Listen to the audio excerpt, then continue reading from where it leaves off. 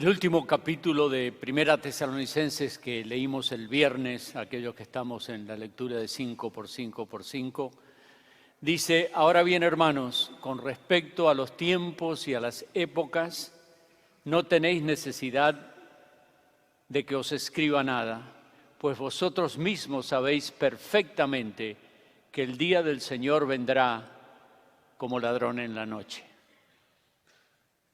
Está hablando de los tiempos del fin.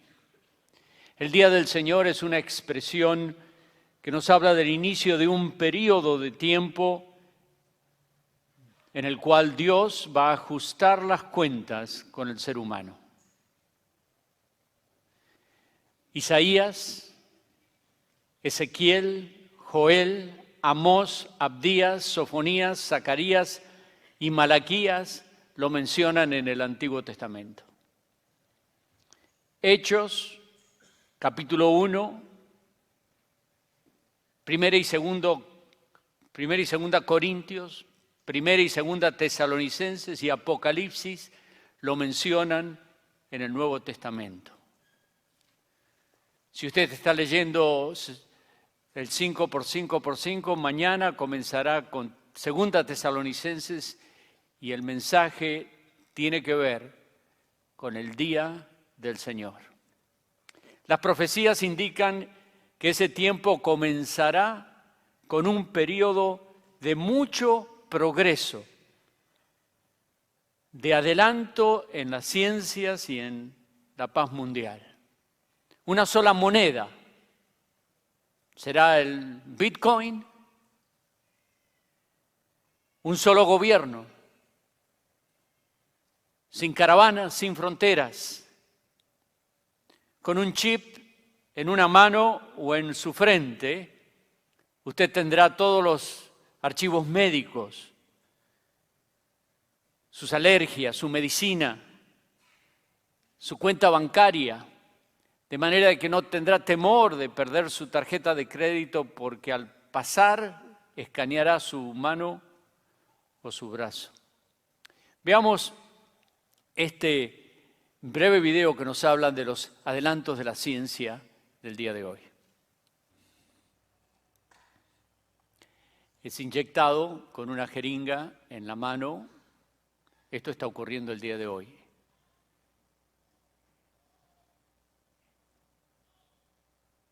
Estos son reporteros que no querían usar su billfold, y están haciendo el reporte precisamente del uso del microchip, que va a resolver muchos problemas y que ya está en uso en Suecia y por lo menos en una firma de los Estados Unidos. Primera Tesalonicenses capítulo 5, verso 3 dice que después de un periodo de relativa paz, en el mundo comenzará un periodo de persecución y tribulación. En efecto, Primera Tesalonicenses 5:3 dice: cuando estén diciendo paz y seguridad, cuando resuelvan los problemas sociales, económicos, financieros, entonces la destrucción vendrá sobre ellos repentinamente, como dolores de parto a una mujer que está encinta, y no escaparán. Estos grandes adelantos, como los implantes del chip que acabamos de ver hace un momento, en la segunda parte de este periodo de 7 años, llamado la Gran Tribulación, se podrán convertir precisamente en la marca de la cual nos habla Apocalipsis capítulo 13.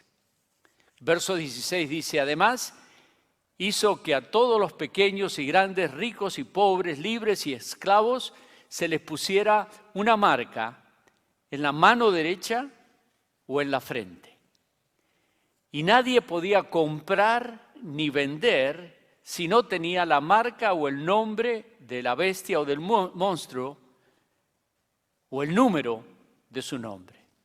Apocalipsis 13:18 dice, aquí se verá la sabiduría, el que entienda, calcule el número del monstruo o de la bestia, que es el número del hombre, ese número es el 666.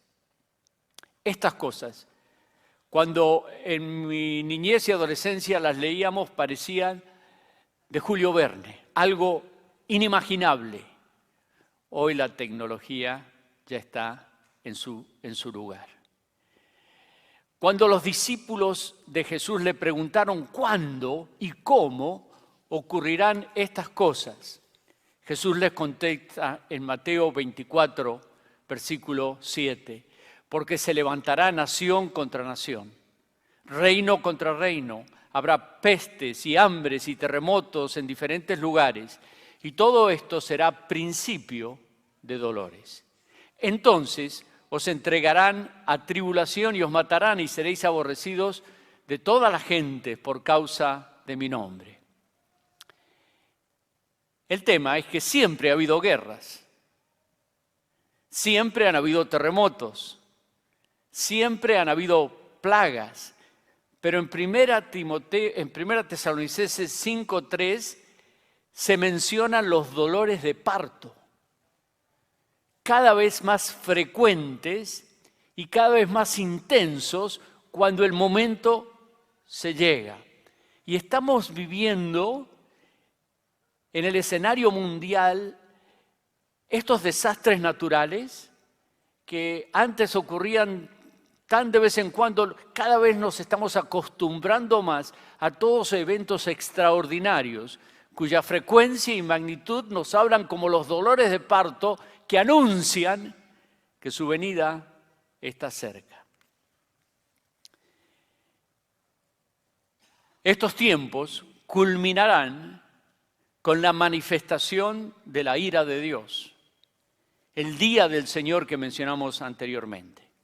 Sin embargo, en 1 Tesalonicenses 5, 9 y 10 se nos dice, porque no nos ha puesto Dios para ira, para ese tiempo de gran tribulación, sino para alcanzar salvación por medio de nuestro Señor Jesucristo, quien murió por nosotros, para que ya sea que velemos o que durmamos, el término que usa para la muerte del cristiano, que velemos o durmamos, vivamos juntamente con Él. ¿Cómo nos salvará? Dice aquí que Dios nos ha puesto para ira, sino para salvarnos por medio de Jesucristo. ¿Cómo nos salvará? Nos salvará cuando Cristo venga y desde las nubes llame a su iglesia. Pero antes permítanme ubicarnos en el diagrama profético de este evento. El gráfico nos va a mostrar a la derecha, del centro hacia la derecha, nos va a mostrar el tiempo de tribulación que dará lugar al regreso de Cristo para poner su reino milenial. Concluido el tiempo de tribulación y concluido el milenio con la batalla de Gog y Magog, esto dará lugar al juicio final. Y el juicio final a la eternidad, ya sea con Dios o lejos de Dios, el lago de fuego y azufre. Aquellos que no tengan los nombres inscritos, así dice literalmente, aquellos cuyos nombres no se encontraron inscritos en el libro de la vida. De manera que aquellos que no tengan el pasaporte sellado con la visa permanente para la entrada a la presencia de Dios, tendrán la triste experiencia eterna de vivir lejos de Dios. El Nuevo Testamento revela un secreto que estaba oculto en el Antiguo Testamento. La dispensación de la gracia de Dios, que es como un paréntesis en el reloj profético del Antiguo Testamento. la iglesia interrumpe ese reloj profético con el descenso del Espíritu Santo y la fundación de la iglesia. La experiencia, la llegada de la iglesia es el paréntesis que interrumpe las 69 semanas, las 70 semanas en 69, y deja la última semana para el milenio. Estas semanas se encuentran mencionadas, por ejemplo, en el libro de Daniel, y la historia refleja precisamente esa interrupción de esas 69 semanas de años hasta la última semana que ocurrirá en los eventos mencionados de la tribulación y de la gran tribulación. Luego la iglesia debe ser rescatada mediante un evento que llamamos el arrebatamiento, para ser librada precisamente de la ira venidera.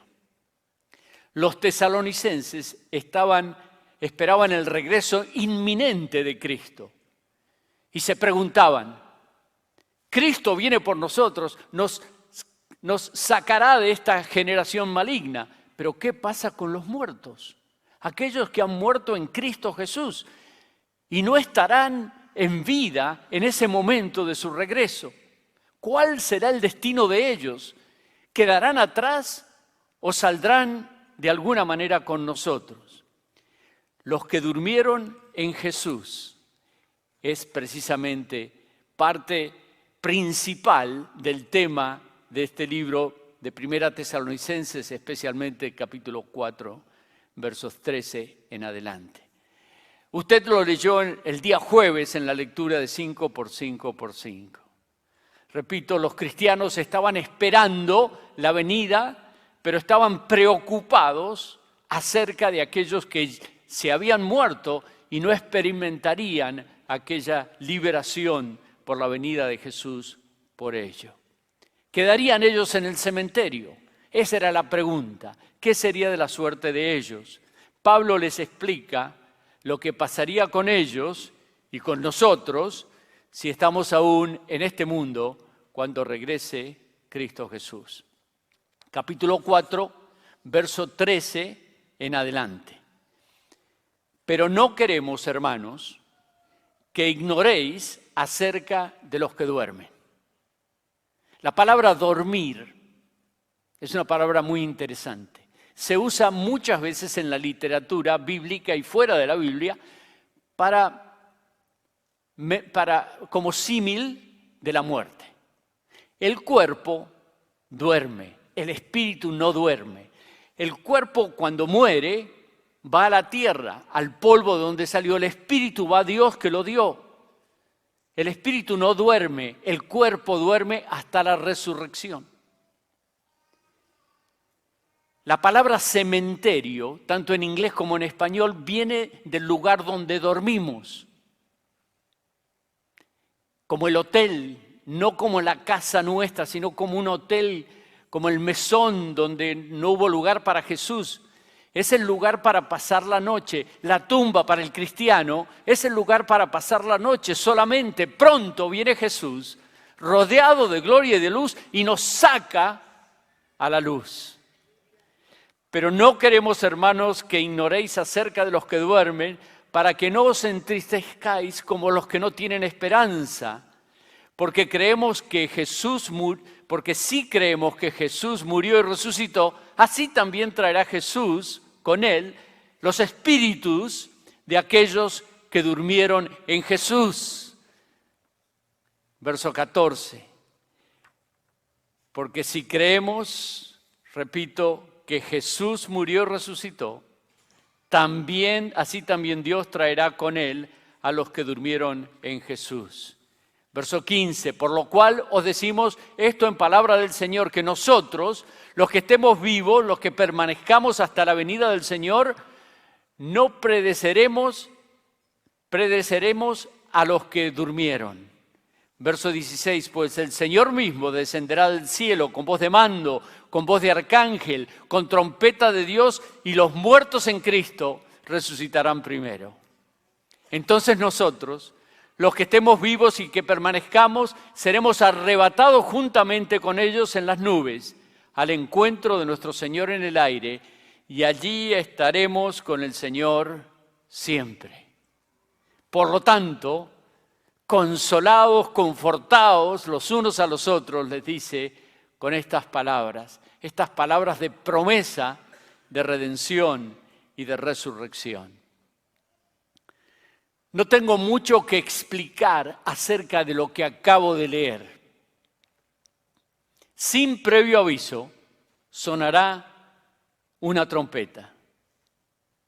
En el instante que lleva parpadear, dice la palabra que los muertos en Cristo resucitarán. Luego nosotros seremos transformados porque carne y sangre no heredan el reino de Dios. Seremos transformados. Ayer el contador Chávez me comentó que cuando sales para un viaje, y aquí yo tengo la maleta lista, estoy listo para salir.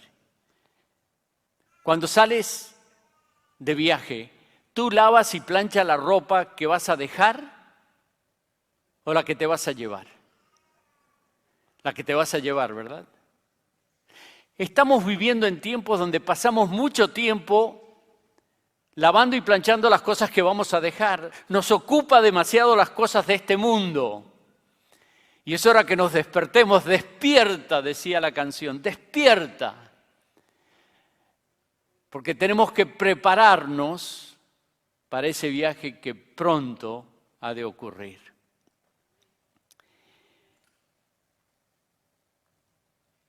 Quiero precisamente invitarte a que reflexiones en cuanto a ese viaje, a ese pasaporte, a esa visa, a esa preparación que el ser humano tiene que tener para entrar allá. No hay ninguna señal en las Sagradas Escrituras por cumplirse para el regreso de Cristo para rescatar a su iglesia. La tecnología que el anticristo va a usar ya está en acción, ya está probada. Las criptomonedas ya están en circulación. Los chips ya están implantándose en varios países. Y todo esto nos habla de lo que va a ocurrir después del arrebatamiento. La pregunta es, si ahora se escuchara la trompeta, si ahora se escuchara esa voz de mando de Dios, ¿te quedarás aquí o te irás con el Señor? En el año 2001, el Congreso de los Estados Unidos aprobó una ley que pretendía ayudar a los niños en su educación. Esa ley se conocía y se conoce con el nombre No Child Left Behind. Ningún niño dejado atrás. Cuando venga el Señor, muchos quedarán atrás. Mi preocupación, precisamente, no son los niños por varias razones. Una, porque de los tales es el reino de los cielos. Porque solamente durante estas 3 semanas de campamento, muchos niños aceptaron a Cristo como Salvador personal y están esperando, están preparados para la venida del Señor. Y oremos para que en esta última semana muchos más puedan confiar en Jesucristo y que este verano sea memorable, no solo por la diversión maravillosa que están disfrutando, sino también porque aceptaron el regalo de la vida eterna, el perdón eterno, y su destino eterno cambió para siempre. No me preocupan los niños tanto, tampoco me preocupan los que durmieron en el Señor. Ellos resucitarán primero. Mi preocupación eres tú. Mi preocupación son aquellas familias en las cuales Él quedará o ella quedará y el cónyuge se irá. Mi preocupación es la familia donde los niños desaparecerán y los padres se quedarán. Los mandaron al campamento, pero no descubrieron el poder redentor del Evangelio y sus vidas, sus nombres no se apuntaron en el libro de la vida. Me preocupa la separación familiar. Y me preocupa que en estas caravanas esté ocurriendo que los niños sean separados de sus padres, pero por lo menos existe la posibilidad de una reunión. Pero aquellos que queden atrás, cuando el Señor venga, las posibilidades serán muy diferentes.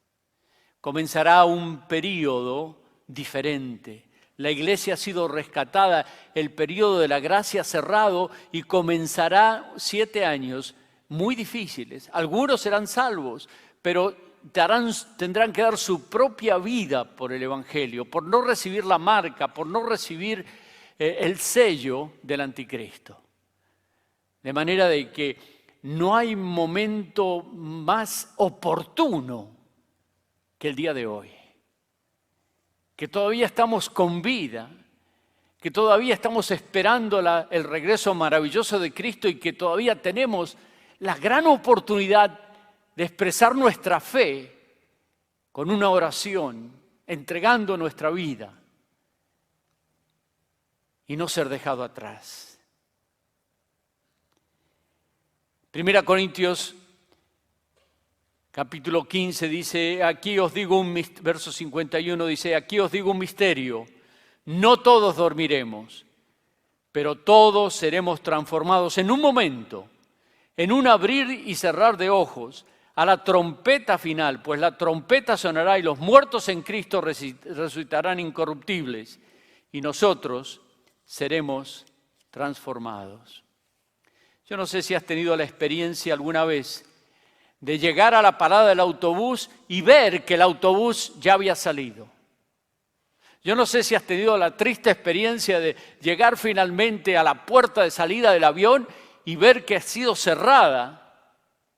Y aunque ves todavía el avión ahí por salir, tu entrada está privada. Quizás corriste para alcanzarlo.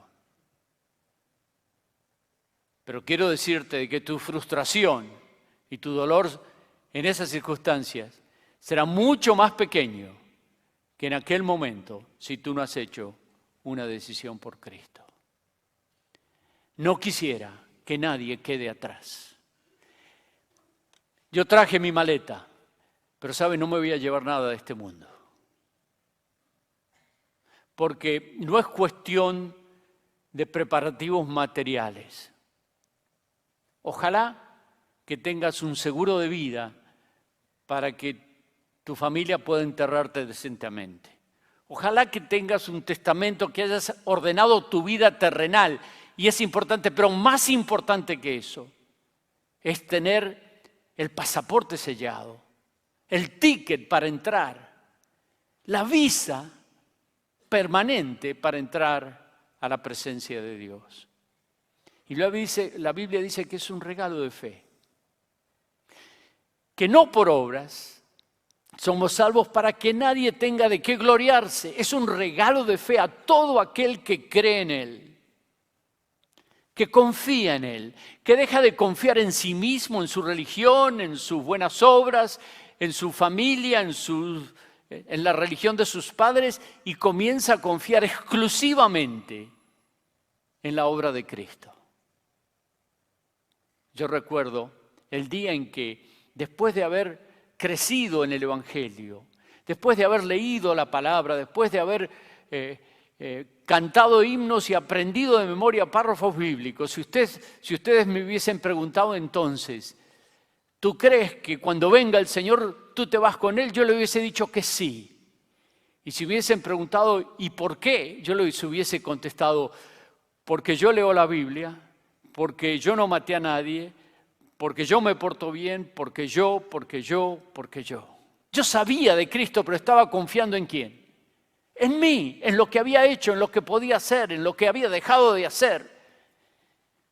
Y ese día, un 21 de abril, un día como hoy, Dios abrió mi corazón, puso el rompecabezas en orden y me di cuenta que era un regalo.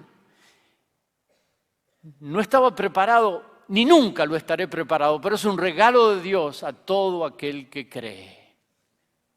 No por obras, para que nadie se gloríe, porque por gracia sois salvos por medio de la fe. Y si tú nunca has hecho esa decisión, yo quiero invitarte a hacerla. ¿Qué significa eso?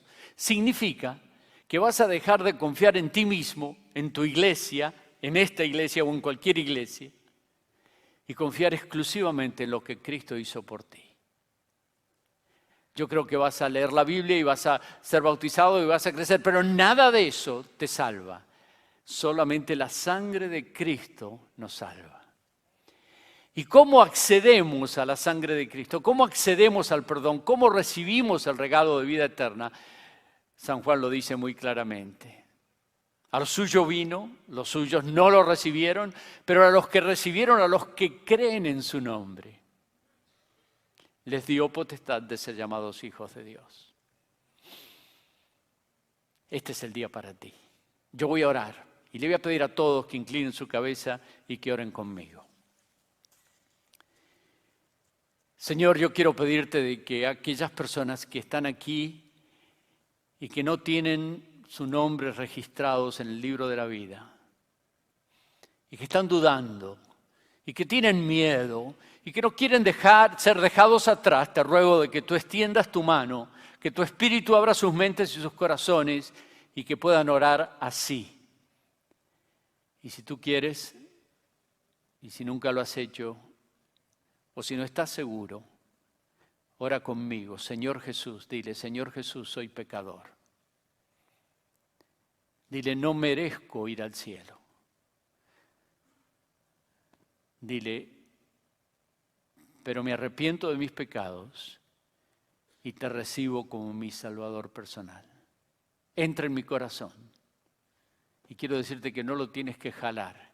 Si tú abres tu corazón, Él va a entrar a tu corazón. Y dile,